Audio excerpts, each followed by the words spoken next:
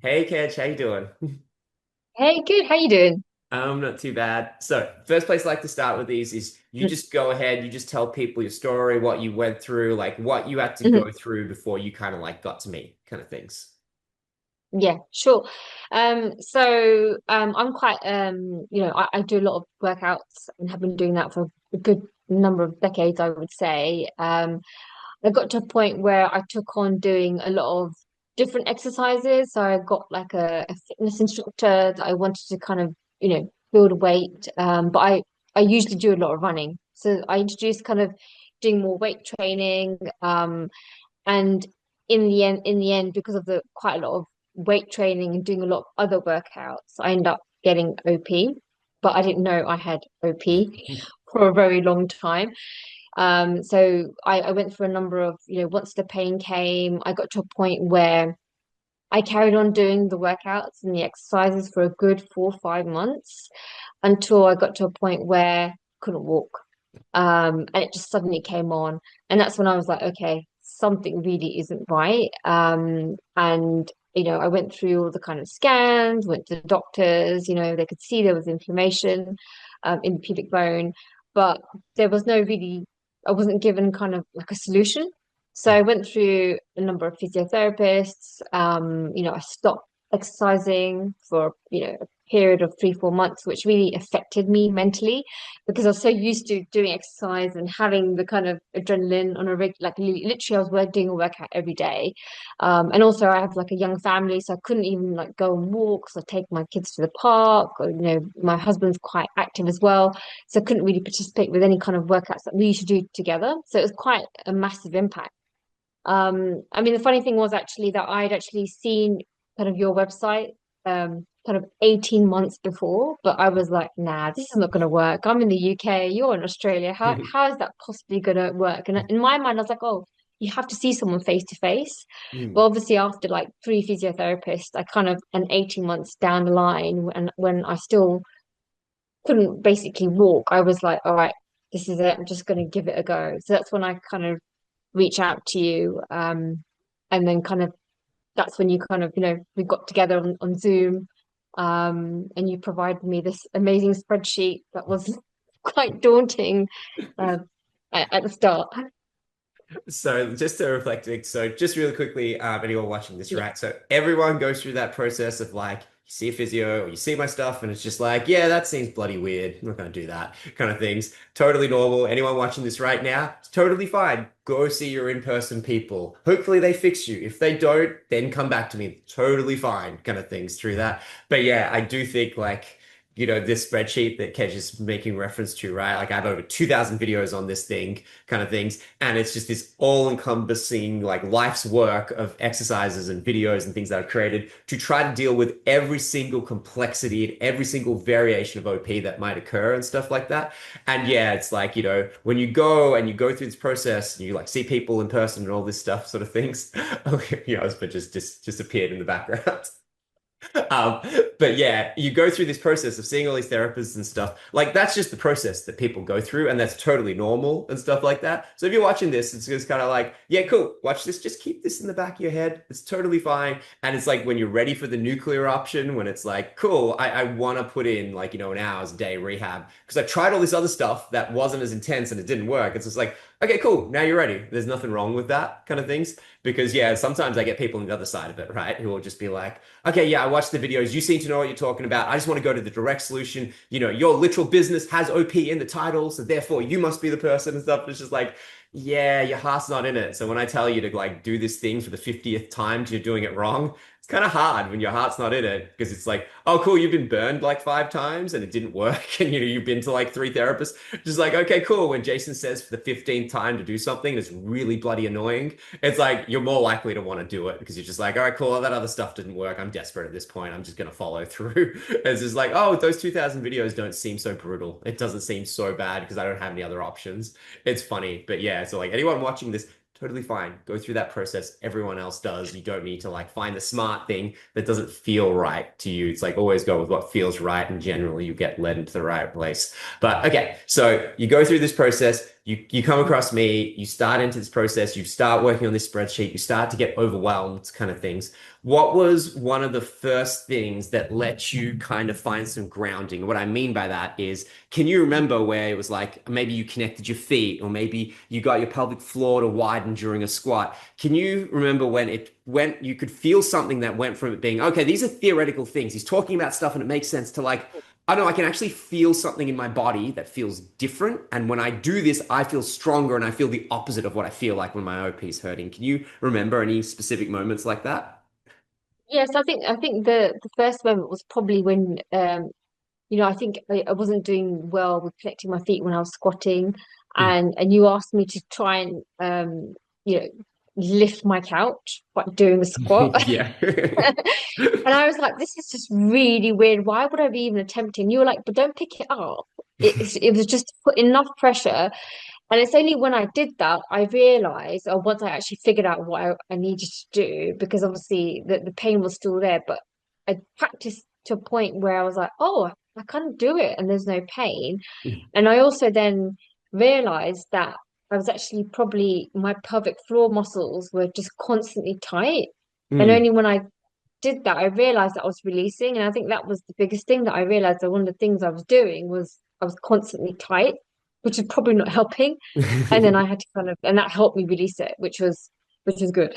It's funny because that definitely doesn't help when you tighten your pelvic floor. So what Cage is talking about there is right, and sometimes I'll get people to do it with a car, or I'll be like, go try to lift that car. You're physically not going to be able to lift it, but it's trying to go. You can know something. Anyone watching this, right? You can know something intellectually. You can know I need to fire my glutes, and then you can try to use the thinking part of your brain, which I know this is going to sound insane to anyone watching this, but you can be like, I'm going to think and squeeze my glutes and make it fire.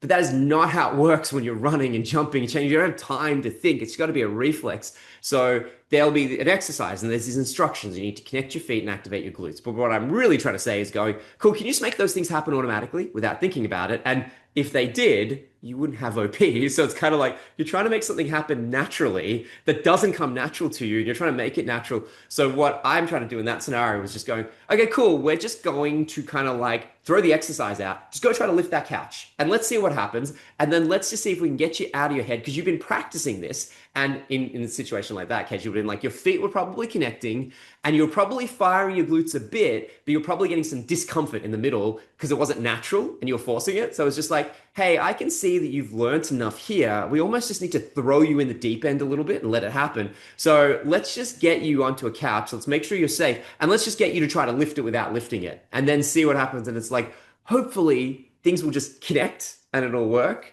And it's this kind of thing where it goes less becomes less science and more art.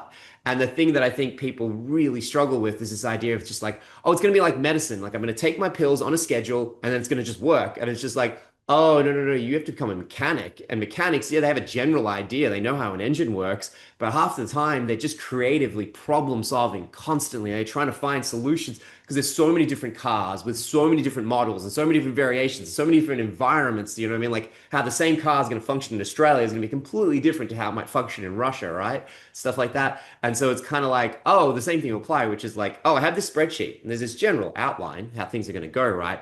But each case will be individual and need its own unique problem solving. And a lot of that problem solving will actually have to happen by the client kind of things. And I'll just be there like nudging them along and sort of things. And moments like that, like, I mean, the next question is basically going, can you remember like any situations then later on in the program after that where it's like you faced a problem where you were trying to make something happen and it wouldn't, and you had to fix it, and were you able to then fix it on your own without needing me as much to kind of come in? Can you remember anything like that that came up for you? I think I can't remember what the exercise is called, but when you've got the plank of wood and then you're Yeah. kind of stepping onto that, and then I had to, I can't remember we got one dumbbell and you're kind of like swinging it. Don't know Kettlebell what you swing, call yeah, it. 4 foot kettlebell swing. Kettlebell Yeah, yeah. swing, yeah, yeah. And I know that I just like I couldn't get stable enough and I kept when my feet kept twitching, I just could not and I kept falling off. Yeah. And I just couldn't because I could do it without the plank, but with the plank I just wasn't stable enough. And then I just kept doing it and doing it. And then I kind of realized that I had to kind of reduce my weight, literally start from the basics, like get a water bottle and just try and kind of just try and be stable. And then when I did that, I think the biggest thing for me was not rushing. just Mm. going back to basics and then building that foundation. And then eventually I was able to get it, even though it was very frustrating because I kept doing that same exercise and kept falling off. But then because I reduced that weight to completely, literally to a water bottle and kept practicing it, eventually I got stable and then, started to add on the weight. Just So, being patient really as well. and to fill in the things that Kedge is not staying there, that's like what she's not realizing, all the really good stuff that she did just there, right? So what you were doing in doing that is you kind of went, okay, so I'm the exercise she's making reference to is a really like complicated version of a kettlebell swing where you're trying to balance on a piece of wood. So it's connecting your feet a lot stronger than just being on the ground and stuff. So you start on the ground and then you go onto this piece of wood and you try to make that complicated, right?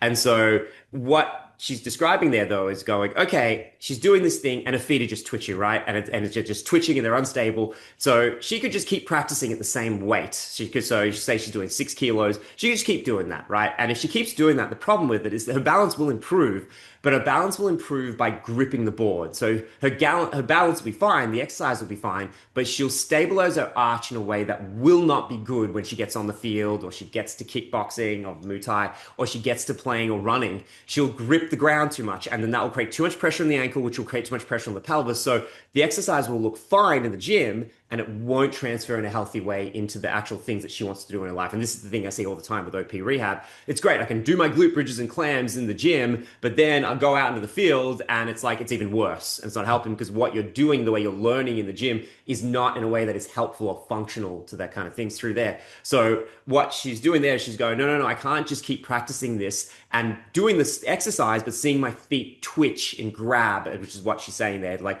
I'm doing this incorrectly. So you're like, what she's not describing, she's fixating on a small little error and just going, no, this isn't good enough. I'm not going to just do this for the sake of doing it and rushing through it. I must get this right. And so she's like, well, I need to do it at 12 kilos, but I'm not good enough for that. So it's like, let me walk it back. And so what you did, yeah, it sounds simple. You just made it really easy. You just took all the weight away, right? But what you really did is you went, okay, I'm doing this exercise and it looks okay in the video, but there's a specific thing happening with my foot that Jason's pointing out that I keep doing. I need to fix this. Okay, let me try it with a lighter weight. No, no, no. You're continually checking in with your body, seeing what's not working and what is working, and then making another decision.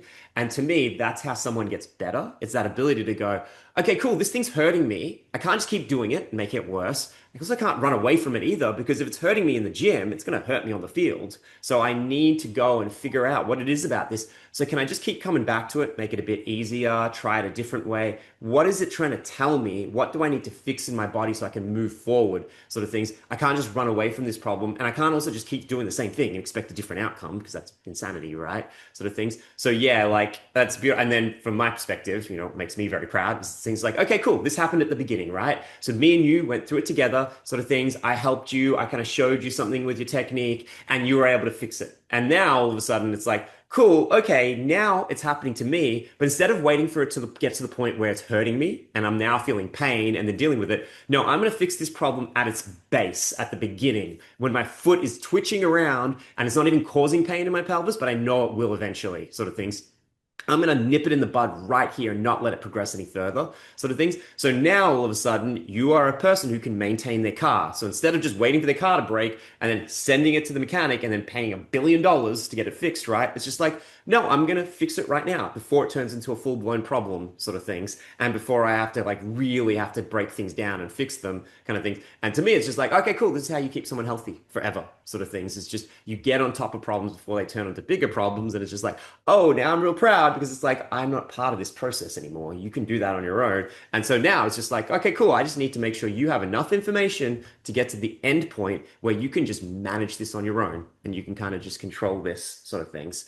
Okay, so you go through that process, right? And you're kind of learning all these things and you're kind of getting better. What was there, like, were there any moments that you can think of where you were just like, I'm ready to punch someone in the face? This is too hard. Like, setbacks, things that just made life really hard where you're just like, this is too hard. I can't do this. Like, this is just going to break me kind of things. Were there any moments like that in the middle that you can remember kind of things?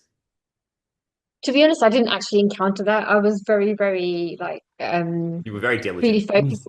Yeah, very, I was trying to be focused and I just really wanted to go back to, my kind of running and my tie and everything else like that that I just I think the only thing that really affected me was the fact that the length of time to getting there.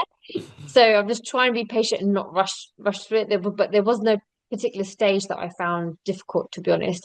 For me, I think practiced every day. So I was quite passionate with that. So there's nothing really difficult that I encountered. Things.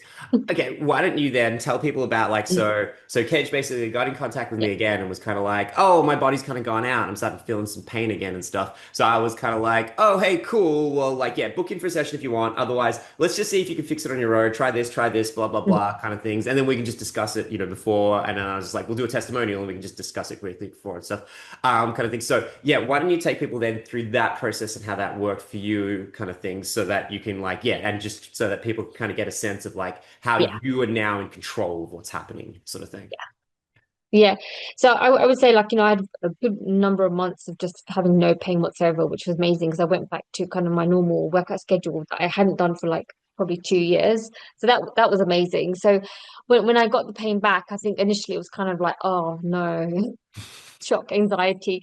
Um, But I think the key thing was trying to figure out what had caused it, and what workout, potentially had triggered that pain. But also to then, you had obviously shared the spreadsheet that had so many workouts that we'd been through. Some of the stuff, we hadn't covered, but the source of information was there. So, the biggest thing was just kind of bringing back rehab back into my schedule, and also just kind of trying to figure out, what exactly wasn't going right, and then trying to kind of, use those focus exercises to kind of build back on. But it was very, tempting to say, okay, I'm feeling pain, let's just stop everything.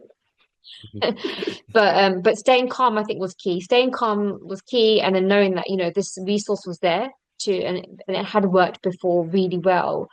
So I think it was just that was the key thing, being calm and just using that resource to kind of go back into rehab and figuring out what I needed to kind of fix. And just like on to add on to what Kedge is saying there, kind of Mm, things. It's just this idea of being like, so, and obviously she's at the end of her journey rather than the start of it, right? But it's just this idea of kind of being like, okay, cool. Right now, someone who's watching this and it's just in the like depths of OP and the suckiness of it, right? Like so much of the behavior of almost every client is like, okay, what if I don't have OP? What if I have something else? Maybe I'm going to ChatGPT at 3 o'clock in the morning and ask, maybe I've got like a hernia, maybe I've got Gilmore's growing, maybe I've got, athletic pubalgia, pudendal nerve issues, like all these kind of things. And it's like all these things that are disconnecting you from your body and disempowering you, because the solution to all those things is go find a professional to help you, kind of things, right? Like that's the end product of it.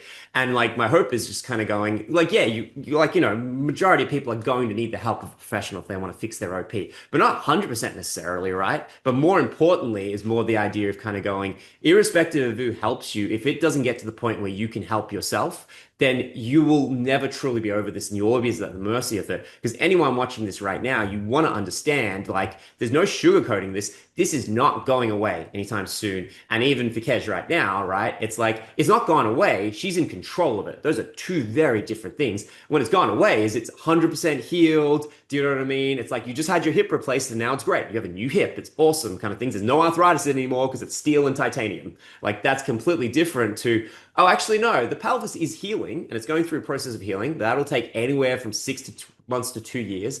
And ideally, what I'm hoping for clients is that they maintain their movement patterns well enough that they stop putting pressure on their pelvis so they can keep moving and playing the sports and doing the things, whether it's walking, running, chasing your kids, being a marathon runner, whatever it is that you want to do with your life, but you can do it in a way that doesn't overload the pelvis so that you're not continually causing your OP. And it's not like you had OP, something happened once that caused your OP, like you slipped over and fell, and now you have this problem. It's like, no, it took months and years to develop these bad mechanics that wore on your pelvis that eventually caused your pelvis start cracking, for lack of a better term, start disintegrating, and that's what you see on a scan. So it will take a long time for it to heal. It has very poor blood flow, has lots of kind of things like that, and you're just trying to maintain your movement patterns to give it that chance. So if they go slightly out, then it'll come back again. And it's just kind of like, all right, cool, I've just got to like narrow them back in. And in much the same way, if you're at the start of this journey, it's just like, oh, I'm just doing all these things and I have no idea that I'm doing them and that they're wearing down my pelvis. And I just need to go through this process of learning them. But that is me, what I'm doing, me being in the gym, me walking around and doing things and working on my walking technique, the things that you're doing with your body. And I'm talking to the broader community here, like, doing with your body in that moment to change what is happening and learning skills to do that and getting away from the like intellectual investigation of, well, maybe I have this diagnosis, maybe this, and maybe I need a PRP injection and all these things that are outside of a person's control that require someone else, which don't get me wrong, they can have their role and their place. But if they are at the center of someone's sort of like, just like, I don't know, action plan to get better, I've never seen that really go well kind of things through there. Whilst it's like, oh, if you're in control of this situation, and for a lot of people, they don't even mind. Like once they're in control of the situation, they can be like, yeah, I ran a marathon, but if I sit for longer than an hour, I feel pubic bone pain. Just like doesn't affect their life. They don't care kind of things because they're still running their marathons and they're fine kind of things. And yeah, it's just like anyone watching this, that's the place you want to be, is where you're in control. Even if you don't feel perfect, if you feel in control, you'll be happy, you'll get on with your life, and this thing will stop ruining your life. Whilst, yeah, if you're not in control, you just won't feel that kind of thing. Okay, so then, like, before we kind of like sign up on all this stuff, right? What was the thing that you found hardest? What's the thing that you would want to tell people, hey, if you're going to try to do this with Jason, great, but this is what you should know. This is what you should be aware. Go in with your eyes open. Don't go in like, with just rose-colored glasses. This is the nitty-gritty bad stuff that you need to be aware of. What would you want to tell people? I guess two things. You need to make time. So, and you have to do the rehab, workouts every day. So I think that was the biggest challenge for me was making, because I've got busy, we're like all of us, we've got busy lives, working, kids and everything. So I had to wake up very early in the morning to be able to fit it in. But also I think like well, recording the videos was difficult as well. Amount of times that my Google Drive space ran out, and then trying to fiddle out like where to put the camera and everything like that. So it was kind of like frustrating, but as I said, it is the time and the dedication is definitely well worth it. So yeah. And just to fill it on that, like I would describe that as stupid, bloody, annoying admin, which is like, oh, how do I like, what is the best way to record a video? Oh crap, I just recorded a video and my feet aren't in the shot. I've never thought about that before. Like, oh God, how do I get the video from my phone onto the Google Drive folder? Like stupid admin things that can be so frustrating because it feels like an absolute waste of time, kind of things. And yeah, and so like I try to make people before I even have a session with them, right? Like I made you upload videos before we even met for that first session and just be like, cool, let's get you used to the process of doing this so that like when we actually start, this isn't an issue. But it's still there. It's like all these, I've seen so many people, like you bring up such a good point. I've seen so many people Yeah. fail just because of that, just because it's like, oh yeah, it's really hard to just kind of get in the habit of being like, cool, I'm used to just rocking up to the gym and running for an hour. That's easy. I don't have to think. Like, do you know what I mean? I just go there and beat the crap out of my body. That's so easy.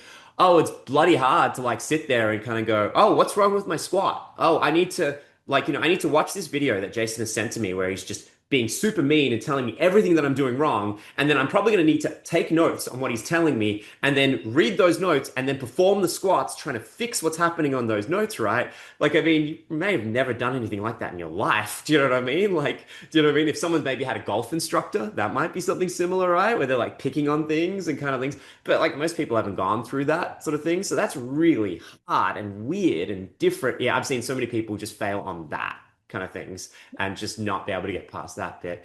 Okay, all right. Any last pieces of advice just before we sign off on anything with OP or just if you could imagine anyone at the beginning of their like, they're like 12 months in and they've been to their third physio and just any bit of advice you'd want to give them to keep them with hope and to keep them focused and that they should kind Mhm. of what like, to help them get better kind of things.